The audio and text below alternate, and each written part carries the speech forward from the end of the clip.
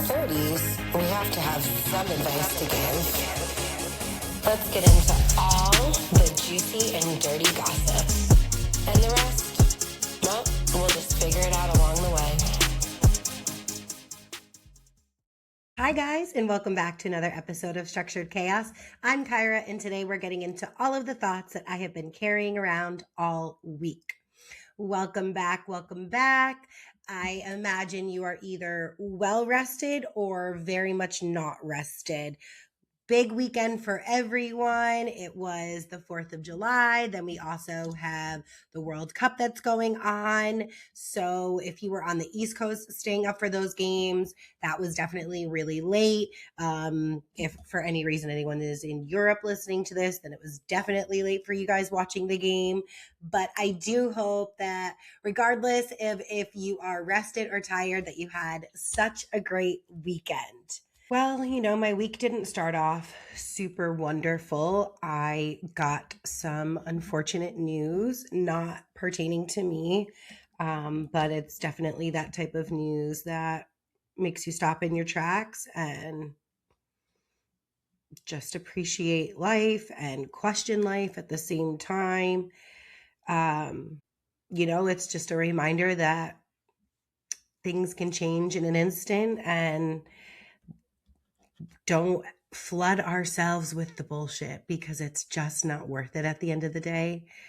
So I just wanted to get that out there and just reiterate to everyone, love the people around you, tell them that you love them, do all of the things that make you happy, because you never know when something can creep up and change it all. Sorry to have started us off on kind of a low note. But like I said, it was 4th of July over the weekend.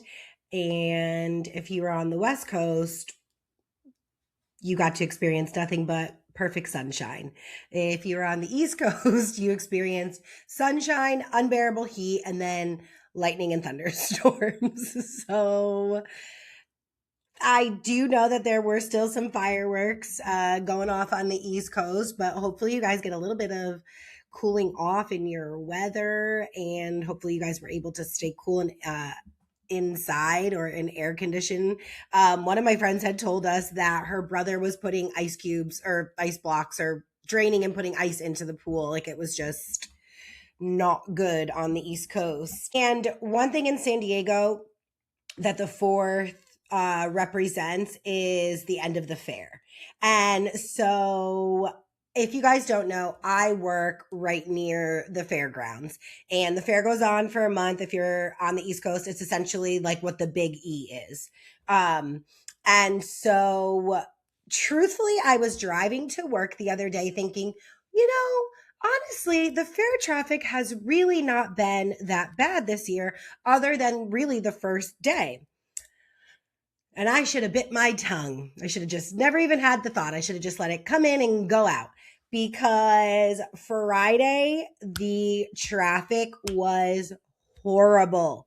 It took clients an hour and a half to 2 hours to get to their appointments. And mind you, a heavy traffic day, it might take 45, depending on where you're coming from. But most of our clients are within 15 minutes, if not closer. So I had rescheduled some of my later in the day clients, and that was well worth it, because no one is happy in that situation. And once you're in traffic, you can't get out, So the freeway was back up, the back roads are backed up. So that's what the 4th symbolizes in San Diego, is the end of the fair. So that we are all happy for, because then it's race season, and the races don't really cause traffic like that. But for my 4th of July, I had a blast.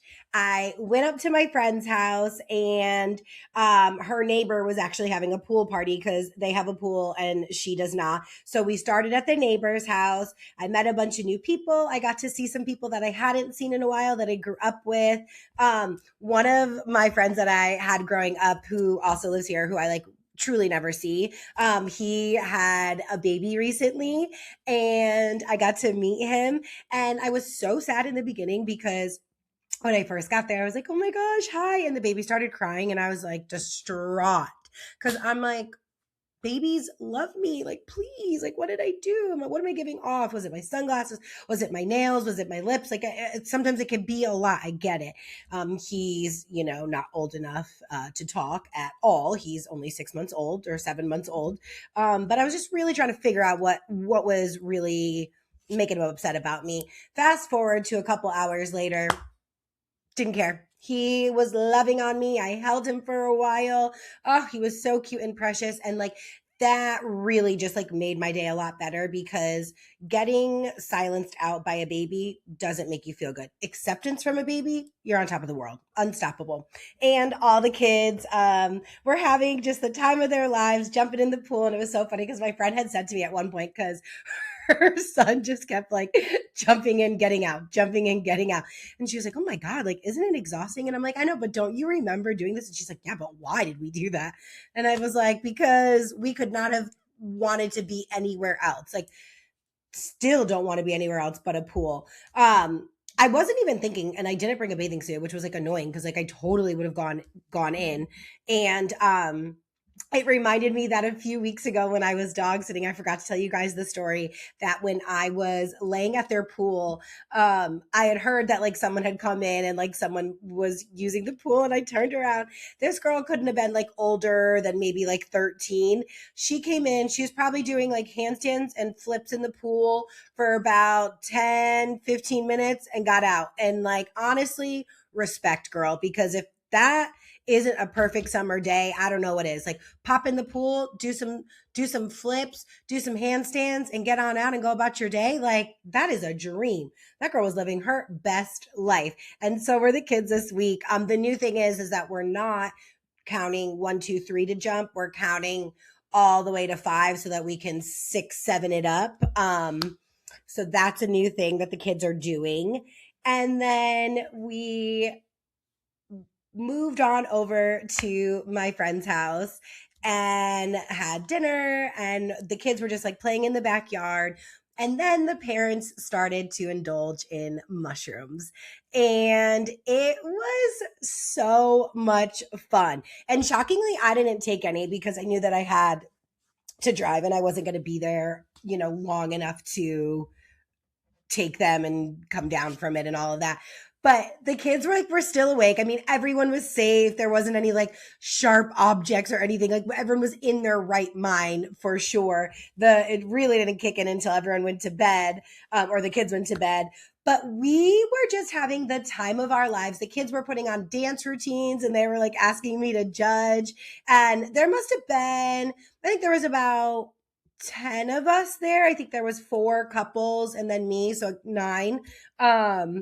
And we were talking about like, were our parents doing this? And obviously, like, no, most of our parents were not doing mushrooms while entertaining.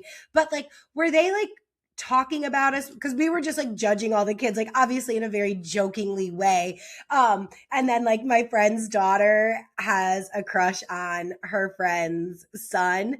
And oh my gosh, it was so cute because when I first got there, I had walked in and she, came over and said hi to me, my little bestie. And then she was like, she was like, my boyfriend's here. And I said, I heard that your boyfriend was going to be here. And she goes, yeah, green shirt. And I just died at her. And so like they were so funny all night. And then her dad was just like, hello, is anyone going to stop them? And we were just like all laughing. But it was just such a fun night. We played games. Oh my God. Like my stomach hurt from laughing so much. And we truthfully actually did not see any fireworks. But it was one hell of a 4th of July and I loved it. And I'm so grateful that she always includes me. Her friends are awesome. And I hope everyone had as much laughs as I had this weekend. And if your kids bother you, I think that a good solution is maybe do bring mushrooms to these functions and then everyone will be so happy. But also speaking of fireworks, like what's people's obsession with them? Like, I get it. They are beautiful. Obviously, I grew up seeing them. And if I were to see them right now, I'd be like, wow, cool. But like, people are like obsessed. Like they're like setting them off like all week long. I mean, last night, I think it was like 9 o'clock. It was 8:56 to be exact. That someone was putting off fireworks. And like I live in a residential area and like I have a big window in front of my TV and like it had to be that close to me because I saw the green firework looked like it was literally in my living room. And I just like truly like don't get it. I mean, I think it's probably more of like a boy heavy thing. But yeah, I don't get it. I actually want to see more of these drone shows because it seems like they could do a lot more. And that just seems like way cooler to me. I don't know, maybe because it's like newer and we didn't grow up with it, but I don't really understand people's obsessions with fireworks, truthfully. Also, this week, I started a new segment at work and it's called In Session Real Conversations Behind the Chair. I kept thinking, I talk to you guys and a lot of people who don't listen to this just about how much I have grown because of the people that I get to meet. And I learn so much from my clients. I think that they are like the most impactful people to me. And I thought, like, why don't I start sharing some things with everyone? And so some of my clients have been a little afraid to be on camera, and the other ones that have been afraid but have agreed, I tell everyone, I'm like, we're just having a conversation. Like, don't worry that something is filming you. Like, it's just us talking. And so even the few that I have done so far, I've gone back and listened to, and I am so excited to start this series. It gives me goosebumps because I love my clients so much, and I am so grateful to have access to all of them, you know? So look forward to that. That is something that really made my week great. This week in general is a little heavier for me because it is my brother's anniversary of his passing, and this Thursday will mark 20 years, which just seems like unreal. Like it doesn't seem like that could be. And you know, it has me reflecting a lot always. I know that they say, you know, time heals all wounds. uh I would say I think that that is like a situational thing.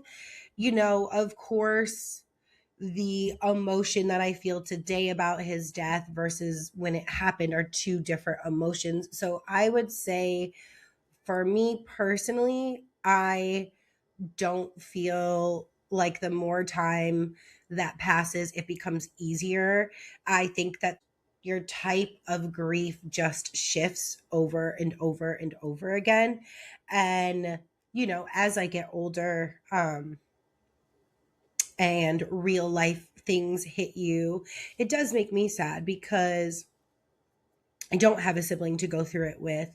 And of course, I've, you know, shared my experiences with you guys, things that have happened when I am on mushrooms. To wrap my head around the fact that he's been gone for 20 years, I mean, it's just so crazy to me. It's so crazy to me. Sometimes it feels like a different life, you know? Maybe you don't know. Hopefully you don't know actually. Um, but yeah, so sorry guys. I like started this episode off on a sad note. Now I'm like back in a sad note again. Yes, these are moments that make me sad, but they make me sad not just out of like being down, but they make me sad in a happy way also. Like my tears are both from sadness and from happiness. Because I do know that he is always here. And for example, commonly a sign of the dead is if you find pennies. And when my brother had passed away, someone called my dad and told him that my brother had come to her in a dream. And this was like, I think a day or two within the first week of him passing, that he wanted us to know that he was actually going to leave dimes. So anytime we find a dime, he's just letting us know that he's here. And again, I understand that people believe in different things or don't believe in certain things. I am here once again just sharing my experiences with you. I find dimes in the craziest places, and it's never it's never in like a cluster with other change. Also too, like, change isn't just like falling out of my pocket without me noticing. I'm also not carrying around change in my pocket. um and it's like they're just always stand alone. So on Saturday, I had run to the grocery store, and 4th of July was always something special in our family. We would always go down to our family. Someone in our family had a beach cottage, and so we would always go down there. My two best friends would come. And so the three of us had already been talking in the morning about just like memories of the 4th of July. And then I ran to the grocery store. I got out, got my things pretty quickly. And when I came back, there was one single dime right outside my car. And again, I like, I'm always very consciously aware, and it wasn't there before. And it wasn't like I just missed it. Like, it was not there before. And then it was. And a couple weeks ago, I was at work. I'd gone in the back room, and it was just me and one of my coworkers there. I grabbed the broom, came, swept my station, and when I walked back, there was a dime just sitting right in the center of the door opening. I picked up color bottles in my drawer at work, and there's been dimes. I threw out a, or I like um, emptied out a bag and then put things in it. And then the next day there was a dime in the bottom of it, so I know that he's always with me. I appreciate the signs. And even if they aren't real, at least they feel real to me in the moment and make me feel good. And if any of you have had any type of loved one who has passed away that also leaves signs, I would love to know what those are and your experiences with them, because I truly, truly do believe in them. And I think that they are just really special in hard times. And I promise you guys, that's the end of sad things that are happening in this episode. Although I was sad when we saw a little bit of a glimpse into Taylor and Travis's wedding. I'm not sure. I don't think that this was an AI edit, but it did show. We know that she was wearing Dior. It did look like she, in fact, wore her bangs and a red lip, which I just like, can someone come in and show her she doesn't need to do that? But what I do want to talk about with the Travis and Taylor wedding is why people were so up in arms. To me, like, we already guessed that it was going to be at Madison Square Garden, which it was, following the 4th of July, or on the 4th of July weekend. And people just seemed to be so up in arms, and they said like how obnoxious it was for them to do this and to like shut the city streets down. And so, like, just off the top of my head, I was like, that doesn't seem like a big deal to me. I don't know. Like, first of all, I don't know much about Taylor Swift's music, but I do know the song, like, Welcome to New York. Like, doesn't she always like talk about New York? She's like a New York girly. Like, Rhode Island and New York are like her places. So if I'm a billionaire and at the status of Taylor Swift and Travis Kelce, I would want no one interrupting my day. I would want it to mean something to me.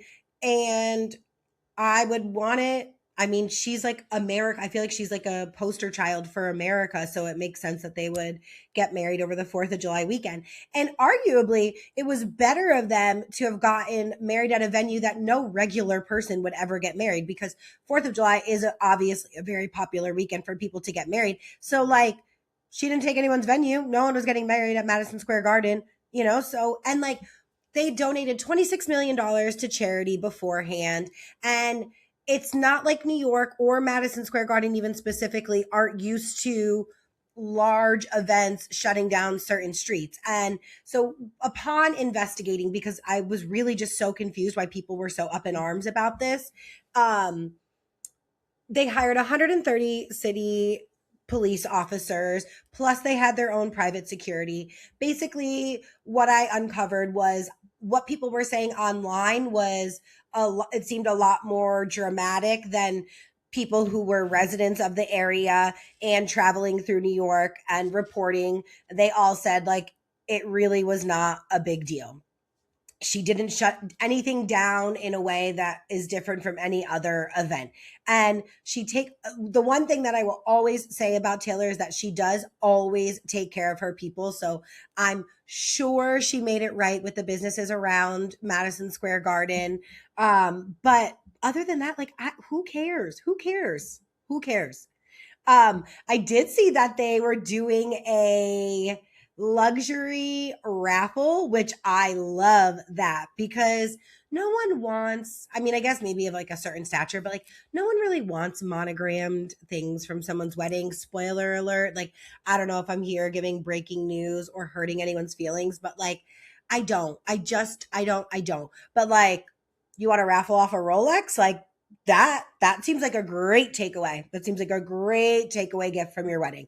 So love that they did a high-end raffle. The Rolex was the only one that I have seen so far. So interested to see what else.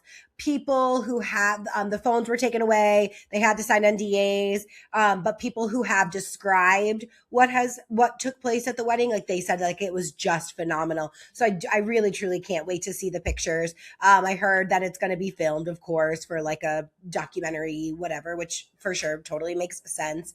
But what I did think was really cute was that her something blue was the Empire State Building in lit up in blue. And I thought that was really cute because again, if I have like endless money to spend, like I'm doing cute little like unique touches like that obviously like, it would like it's a me thing, you know what I mean? Like the average person isn't going to be able to do it. So I thought that was really a cute little touch.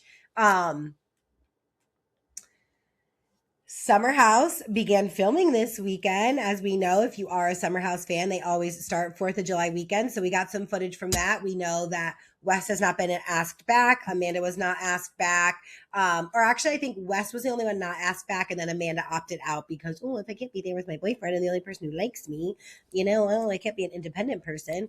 So who even cares? But we saw videos of Kyle DJing. I don't know where he was. I don't think he was at Surf Lodge, but he was at somewhere in the Hamptons. And you know what? Circling back on time healing things, in this situation, it certainly does. Because when we first heard that Kyle was going to be a DJ or wanting to be a DJ, we thought, loser, what a loser. Now, having everything unfolded and really getting to see him through a different lens, and he actually is a good DJ, I'm like, you know what, Kyle, go off and live your best life. So I really was actually happy for him, and I hope you get as big as you want to be. And then the biggest news, which I'm sure is the reason everyone is here listening to this podcast, is World Cup. So over the weekend, we had some really good games. So Brazil and Norway played yesterday. Brazil obviously being the favorite to win all of the World Cup, and Norway beat them 2-1. So Norway is this like Cinderella story.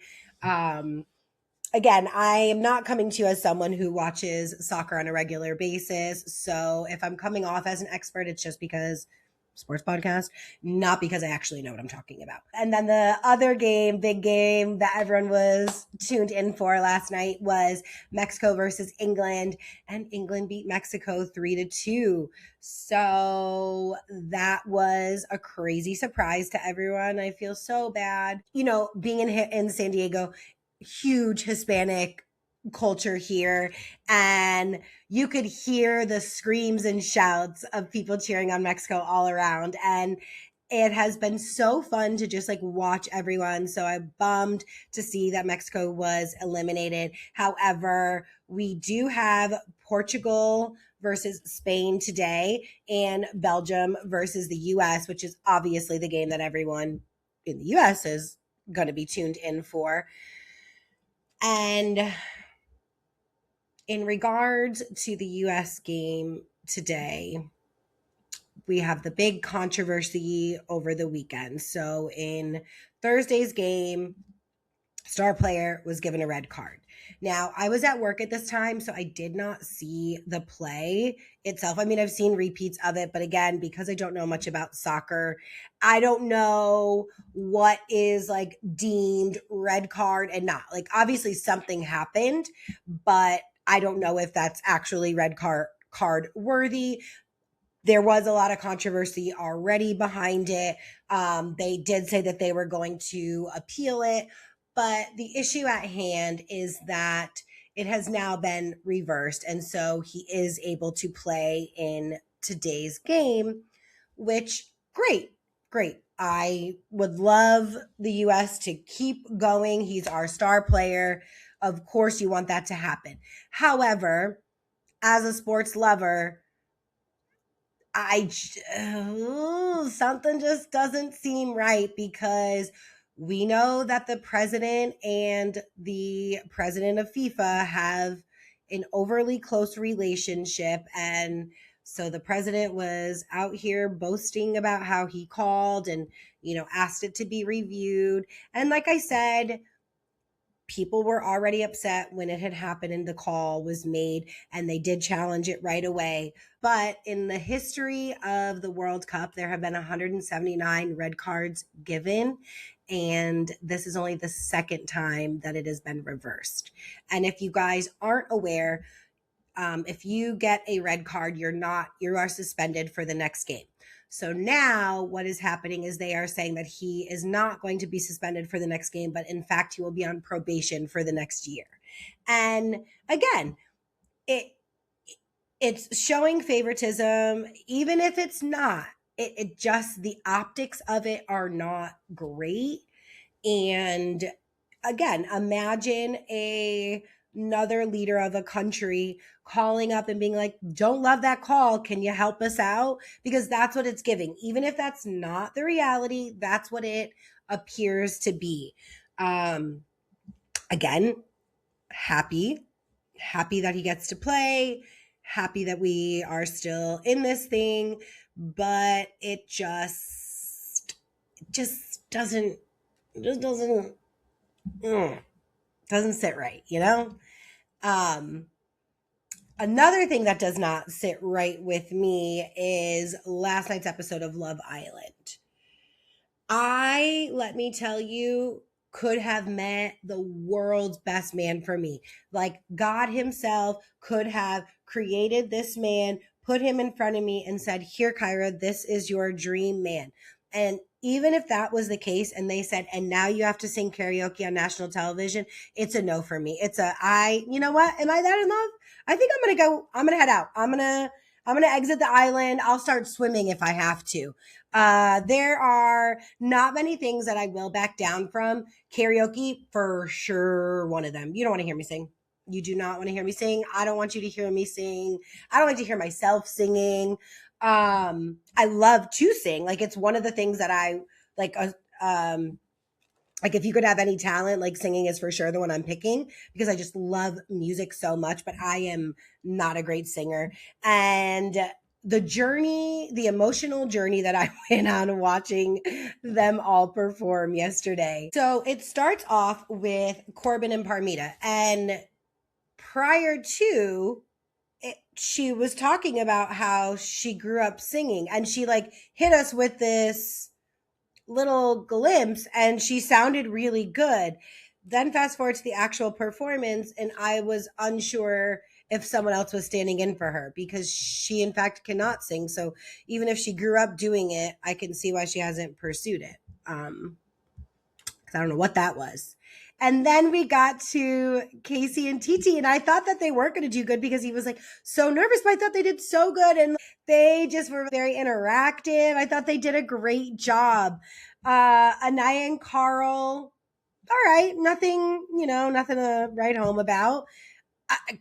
Kenzie out of nowhere really stole the show. She's like an actually good singer, and like they had a cute little dance, her and Dylan. I will say, I want to know how much time they actually all had to work on these routines because they were creative and engaging, and I thought that they did really well. Like, everyone's memorization of everything was good. I thought that that Trinity and Bryce they did a great job. But yeah, Kenzie and Dylan stole the show for sure. Oh, and then Melanie and Sincere. Okay, cool, whatever. So they go up. It was all right. It was fine. And I don't know, it just like makes me so sad because one good karaoke performance and all of a sudden you're like back forgiving this man. I just don't get it. And I see the purity in Melanie, and like she truly like she was on cloud nine, and she was like, this is like my happiest memory with him. And for that, like I do love that for her, that she got to experience that emotion. But he's just like such a loser. Last week we had seen round one of movie night. We hadn't seen round two yet. So when round two happened, it still again did not look good for Sincere. It was a lot of back and forth, no accountability. But then and Melanie, I was so freaking proud of her, the way she stood up to that man, and like she was spot on with everything that she said. And then when he had even pulled her aside, I think the day after, and she was just very standoffish, and she was like, no, like you don't deserve me, you don't get me. And then for her to just be like, oh, I forgot about all of that after one cool karaoke performance, it's like, come on, girly. If this man, like you could tell he is not going to do well with fame. He is going to slip up quick. If he can't even control himself when one person comes in a controlled environment, you think he's going to be out in the wild just like so pure and like know that you're his girl and never do you wrong? Like, no, fame is going to get to that man's head and he is going to be sneaky as a motherfucker, and you're going to reap the repercussions of that. And I am sad for you that you are dropping your guard so quickly.